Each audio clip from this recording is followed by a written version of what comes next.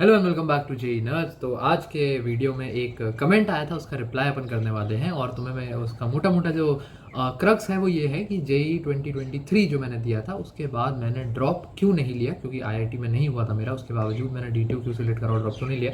एक बार कमेंट पढ़ लेते हैं फटाफट, तेजी कमेंट डाल देना पीछे। हाय भाई, मेरी भी आपकी तरह कंडीशन है, मेरी 26 के रैंक आई है और इस साल आईआईटी मिलना मुश्किल है। आईआईटी मिलने के चांस थोड़ा कम है। सेम मुझे भी होम स्टेट की वजह से डीटीयू में सीएस को सारी ब्रांच मिल रही है। सोच रहा है ड्रॉप फॉर गुड आईआईटी या फिर थोड़ा सा एडजस्ट करके डीटीयू में ही, क्योंकि आपकी सेम कंडीशन थी तो आपने ड्रॉप क्यों नहीं लिया। ओके देखो, तुमने चैनल को मतलब फॉलो करा है, थोड़ा सा कहानी वानी तुम्हें मेरी पता है। बहरहाल देखो, जो बच्चे ये वीडियो देख रहे हैं तुम्हारा मैं बता दूं, ये वीडियो सिर्फ तुम्हें ये पर्सपेक्टिव देने वाला है कि तुम्हें ड्रॉप क्यों नहीं लेना चाहिए या मैंने अपने टाइम पे ड्रॉप क्यों नहीं लिया था। ठीक है, अगर तुम्हें ड्रॉप लेना है उसके लिए भी क्या फैक्टर्स होने चाहिए ड्रॉप लेने के लिए, क्या नहीं, उसके लिए डिटेल वीडियो 2 दिन के भीतर आने वाला है, तो उसका तुम वेट करना। और उसके बाद ड्रॉपर्स का कंप्लीट रोड मैप भी आने वाला है, तो सब चीज़ें आने वाली है, थोड़ा थोड़ा वेट करते जाओ। हम लोग महीने के 12-12 14 वीडियोज़ बना रहे हैं अभी। पूरा एडवांस्ड की प्रॉब्लम सॉल्विंग सीरीज़ करी है। हमारे कॉलेज के एग्जाम्स वगैरह भी चलते रहते हैं, तो थोड़ा सा रिप्लाई करने में टाइम लगता है, लेकिन रिप्लाई हम दे ज़रूर देते, तो उसका भरोसा रखो, है ना। तो स्टार्ट करते हैं। पहली बात तो देखो, क्यों नहीं लिया मैंने, सबसे पहला पॉइंट, एक आईआईटीएन बनने के लिए, खासकर ड्रॉप ईयर के बाद, कि मैं आईआईटीएन अभी नहीं हूँ और ड्रॉप ले लूँ सिर्फ क्योंकि मुझे आईआईटीएन बनना है, उसके लिए तुम्हारे दिमाग में होनी चाहिए क्रेजी लेवल ऑफ सनक। ठीक है, तुम्हें वो सनक होनी चाहिए कि मुझे आईआईटीएन बनना ही बनना है, फिर चाहे जो हो जाए। क्योंकि ड्रॉप ईयर लगता है कि बहुत आसान चीज़ है, लेकिन वो है नहीं। उसमें तुम्हें रोज़ सुबह उठ के पढ़ना, लोगों की गालियाँ सुनना, ये करना वो करना, सबके लिए तुम्हारा एक सुप्रीम सोर्स ऑफ मोटिवेशन होना चाहिए कि मुझे आईआईटीएन बनना है। मुझ में वो नहीं था, मुझे था कि मुझे किसी भी अच्छे इंजीनियरिंग कॉलेज में जाना है जहाँ से मेरी डिसेंट प्लेसमेंट हो सकती है और थोड़ा सा ब्रांड वैल्यू मिल जाए मुझे, जिससे मेरे को आगे एमबीए या यूपीएससी कुछ भी कंसिडर करना है, जो मेजर फील्ड्स होते हैं इंजीनियर्स जो कर रहे होते हैं आगे जाके, उसमें मुझे ब्रांड वैल्यू मिल जाए, उतना में मैं खुश हूँ। तो उसमें मेरा डीटीयू में हो गया था और डीटीयू में अच्छे ब्रांच में हो गया था, तो I was satisfied with it. ठीक है, उसके लिए मुझे 1 साल अपना बर्बाद करना, बर्बाद क्या मतलब, अगर तुम आईआईटी निकाल लेते हो तो 1 साल का उससे बेहतर कोई यूजेज नहीं है, लेकिन उसके लिए मेरे को जब अगर मेरा पर्पस जो था वो पूरा हो गया था तो मुझे वो वर्थ नहीं लगा। ठीक है, सेकंड पॉइंट, जैसा मैंने तुम्हें बताया कि मेरा जेई मेंस में एक डिसेंट स्कोर था और मुझे डीटीयू में टॉप ब्रांच आईटी मिल गई, सेकंड टॉप ब्रांच होती है, और इसका जो प्लेसमेंट है वो सीएससी के साथ ही रहता है। अब तुम देखो, टॉप आईआईटीज़ की लोअर ब्रांचेस, जैसे तुम्हारा आईआईटी दिल्ली में तुम सबसे लोअर ब्रांच बायोटेक होती है, अगर तो सिविल हो गई, ये सब ब्रांचेस हैं।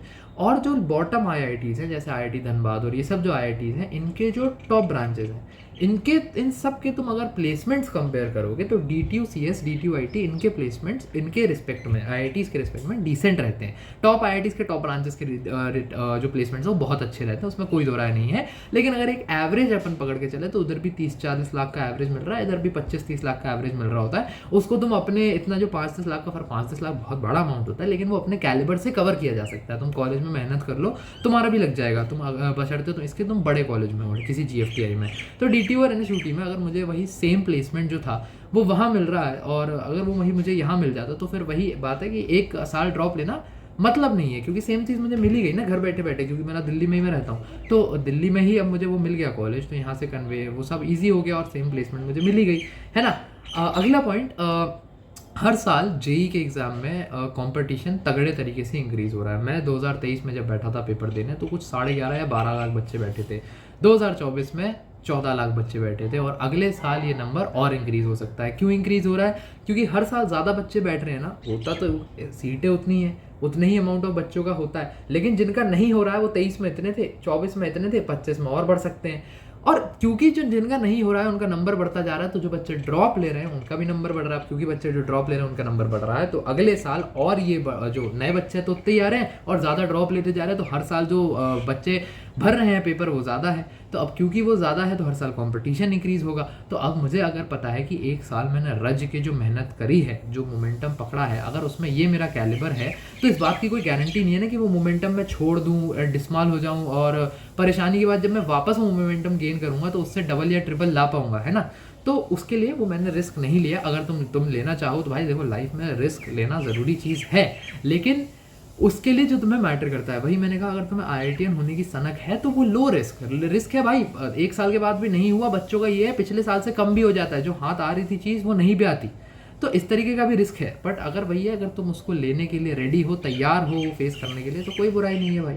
अब आखिरी और सबसे ज़रूरी पॉइंट, किसी का भी अगर आईआईटी में नहीं होता ना, जब मेरा भी आईआईटी में नहीं हुआ था, जब मेरा रिजल्ट आया और मेरे को पता था कि अब कोई अच्छा आईआईटी मुझे नहीं मिल रहा है, उसके बाद भी हर कोई ज़रूर एक ना एक बार ड्रॉप का ज़रूर सोचता है, ठीक है। मैं तुम्हें बताऊँ, ये सब जो मैंने तुम्हें सारा बताया, ये रीज़न बाद में मैंने पूरा दिमाग लगाया तो उसके बाद की कहानी है ये। लेकिन उस समय इम्पल्स में सबसे पहले मैंने भी सोचा था ड्रॉप लेना ही है, क्योंकि मतलब थोड़ा आप मार्जिन से रह जाते हो, आपको लगता है चाहिए एडवांस यार, मतलब थोड़ा और कर लेता, थोड़ी सी मेहनत ज़्यादा कर लेता तो हो जाता मेरा कोई अच्छी 4,500 5,000 रैंक भी आ जाती तो मैं किसी IIT में लोअर ब्रांच ले लेता, किसी अच्छे IIT में वो हो जाता। वो सब मैंने सोचा था, लेकिन क्या है, मैं तुम्हें बताऊं, अपने आपको क्या चाहिए आपको ये खुद पहचानना होता है पहले। सो मैं फंबल कर गया। तुमको क्या चाहिए ये तुम्हें डिटेल में पता होना चाहिए। मेरे को सोशल साइंसेज में इंटरेस्ट है, बिजनेस एनालिटिक्स, फाइनेंस, डेटा, इस सब में मुझे इंटरेस्ट है, ठीक है। तो आगे मेरे पास यहाँ से 2 मेजर पाथवेज खुले जो बहुत सारे इंजीनियर्स परस्यू करते हैं, वो है UPSC CSC, नहीं तो MBA, ठीक है। अब इन दोनों ऑप्शंस के लिए अगर मेरे को आगे जाना है तो इन दोनों ऑप्शंस के लिए ये ज़रूरी नहीं है कि मैं IIT ही जाऊँ, राइट, और मैं 1 साल अपना लगा के IIT जाऊँ। अगर मेरे को DTU का ब्रांड वैल्यू, मेरे को DTU ठीक है, अगर IIT नहीं है बट उसकी एक अच्छी खासी ब्रांड वैल्यू है ना, तो वो ब्रांड वैल्यू तुम्हें, और इन सब में क्या होता है, इनमें होते हैं इंटरव्यूज़, UPSC में भी इंटरव्यू होता है और MBA में भी इंटरव्यू होता है। तो इंटरव्यू में जो तुम्हारा एक इंप्रेशन जो IITian देगा वो तुम्हें DTU या कोई बहुत अच्छा NIT या GFTI दे देता है, वो तुम्हारा वहाँ पे काम हो जाता है, उसका उतना ही रोल है। बाकी प्लेसमेंट भी अगर मैं लेता तो वो भी मेरी सिक्योर हो गई थी, जैसा मैंने तुम्हें बताया। और तो और 1 साल का अगर जो ये गैप है ना, ये अपने आप को लाइफ में आगे कहीं और ही 1 साल अपन यूज़ कर सकते हैं। देखो, तुमने इंजीनियरिंग करी, ठीक है, इंजीनियरिंग चौथे साल तक काफ़ी टफ हो जाती है, पहले 2 साल थोड़े चिल रहते हैं, तीसरे चौथे साल में अपने को बहुत मेहनत करनी पड़ती है, इंटर्न ढूंढनी पड़ती है, प्लेसमेंट कौन देखना पड़ता है, क्या सीन है। MBA के लिए अगर तुम जा रहे हो तो अक्सर लोग क्या करते हैं, ये 1 साल का ड्रॉप लेते हैं, फिर कैट की तैयारी करते हैं, फिर कैट की तैयारी करने के बाद वहाँ पे जाके वर्क एक्सपीरियंस, क्योंकि उनके पास नहीं होता तो वहाँ पे जाके मतलब गड़बड़ हो जाती है, वर्क एक्सपीरियंस के एक्स्ट्रा पॉइंट्स होते हैं। उससे अच्छा ये जो 1 साल तुमने यहाँ बचाया, इसको मैं अब क्या करूँगा, 4th ईयर के बाद वहाँ कैट के लिए वर्क मतलब प्लेसमेंट लेके 2 साल काम करने के बाद अगर तुम MBA जाते हो तो तुम्हें ज़्यादा फायदा होता है। तो वो वहाँ 1 साल का ड्रॉप बचाने के लिए यहाँ 1 साल का ड्रॉप बचाया और वहाँ 1 साल बचाया, तो ये 2 साल जो हो गई, ये 2 साल में वर्क एक्स में लगा सकता हूँ अपने। अब जो सेम बंदा जो यहाँ ड्रॉप ले रहा है और जो कैट के लिए ड्रॉप ले रहा है, वो अगर यही का वह जिस एज में कैट देने पहुंचेगा, मैं भी उसी एज में कैट देने पहुंचूंगा और मेरे पास उससे 1 या 2 साल का वर्क एक्सपीरियंस ज़्यादा होगा। अब वो 1 या 2 होगा, वो इस पर डिपेंड करता है कि कैट के लिए ड्रॉप में लेता हूँ या नहीं, वो बात की बात है। अब टचवुड नहीं लेना पड़ेगा जब जो भी है। तो कहने का मतलब ये कि तुम्हें, और UPSC के लिए भी सेम है, 1 साल जो तुमने यहाँ बचाया उसको तुम वहाँ UPSC के लिए तो ड्रॉप लेना ही पड़ता है, अक्सर लेना पड़ता है, वो बहुत डिफिकल्ट पेपर है। बट उसके लिए अगर तुम यहाँ ड्रॉप ले रहे हो, उससे अच्छा वहाँ ड्रॉप लो ना, UPSC में अपना 1 साल बचाओ भाई, एज भी तो, जिंदगी भी तो जा रही है ना, मतलब समय बचाना है ना। और आखिरी चीज़, अगर तुम्हें ड्रॉप क्यों लेना चाहिए, अगर तुम्हारा बहुत ख़राब स्कोर है, मतलब तुम्हारी रैंक आ रही है 1.5 लाख के बाहर, 1.5 लाख भी नहीं, चलो 1 लाख के बाहर तुम्हारी रैंक आ रही है और तुम्हें पता है 1 लाख के आगे कोई तुम्हें रिस्पेक्टेबल कॉलेज में रिस्पेक्टेबल ब्रांच नहीं मिल रही है, तो ऐसे में तुम ड्रॉप ले सकते हो, क्योंकि तुम्हारे पास कोई ऑप्शन ही नहीं है ना यार, करें तो करें क्या, जाए तो जाए कहाँ, ले क्या। लेकिन अगर मुझे यहाँ मिल रहा था, मतलब DTU में CSC मेरा हो गया, DTU IT में मेरा हो गया था, तो फिर उसके बाद मुझे नीड नहीं महसूस हुई IIT जाने की या वो करने की। बट ये भी अब मेरा पर्सनल डिसीजन है। कई बच्चों को हो सकता है कि DTU में CSC मिल गई हो और DTU CSC उन्होंने टॉप में ली हो, ऐसे उनकी 5-4 हज़ार रैंक आ रही हो और JEE एडवांस में वो मिस कर गए हो, तो ऑफकोर्स वो ड्रॉप लेंगे, क्योंकि उन्हें पता है कि अगर वो 4,000 रैंक ला सकते हैं, 2,000 रैंक ला सकते हैं अंडर, तो एडवांस में हो सकता है अगले साल बेहतर करेंगे ही करेंगे। तो इसलिए ये सब सब्जेक्टिव है, तुम्हें अपने आप को ढंग से एनालाइज करना पड़ेगा, तुम्हें लाइफ में चाहिए क्या। 4 पॉइंटर बता रहा हूँ, इनको ध्यान रखो ड्रॉप लेने से पहले। पहला, तुम्हें लाइफ में चाहिए क्या, आगे जाके इंजीनियरिंग करनी भी है कि यही UPSC MBA में कहीं जाना है, किसी और फील्ड में जाना है, और इंजीनियरिंग तुम सिर्फ एक ब्रेड एंड बटर के लिए कर रहे हो, पहले खुद से सच्चाई बोलो।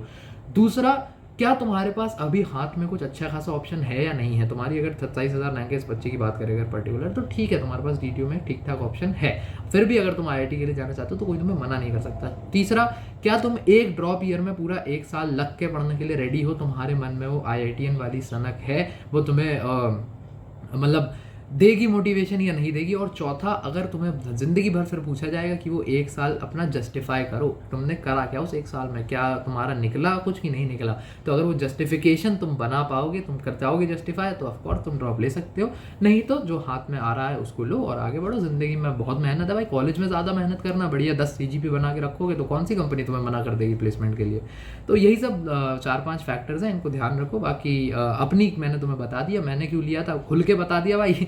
और फैक्टर्स भी बता दिए, बाकी पढ़ाई करते रहो, और कोई दिक्कत हो तो कमेंट करना, बाकी बच्चों को भी और कोई परेशानी हो तो भैया कमेंट करके बताया करो, हम कमेंट्स पढ़ लेते हैं, ये भी एक कमेंट का रिप्लाई है वीडियो अब, है ना। तो पढ़ाई करते रहो, all the very best, good bye.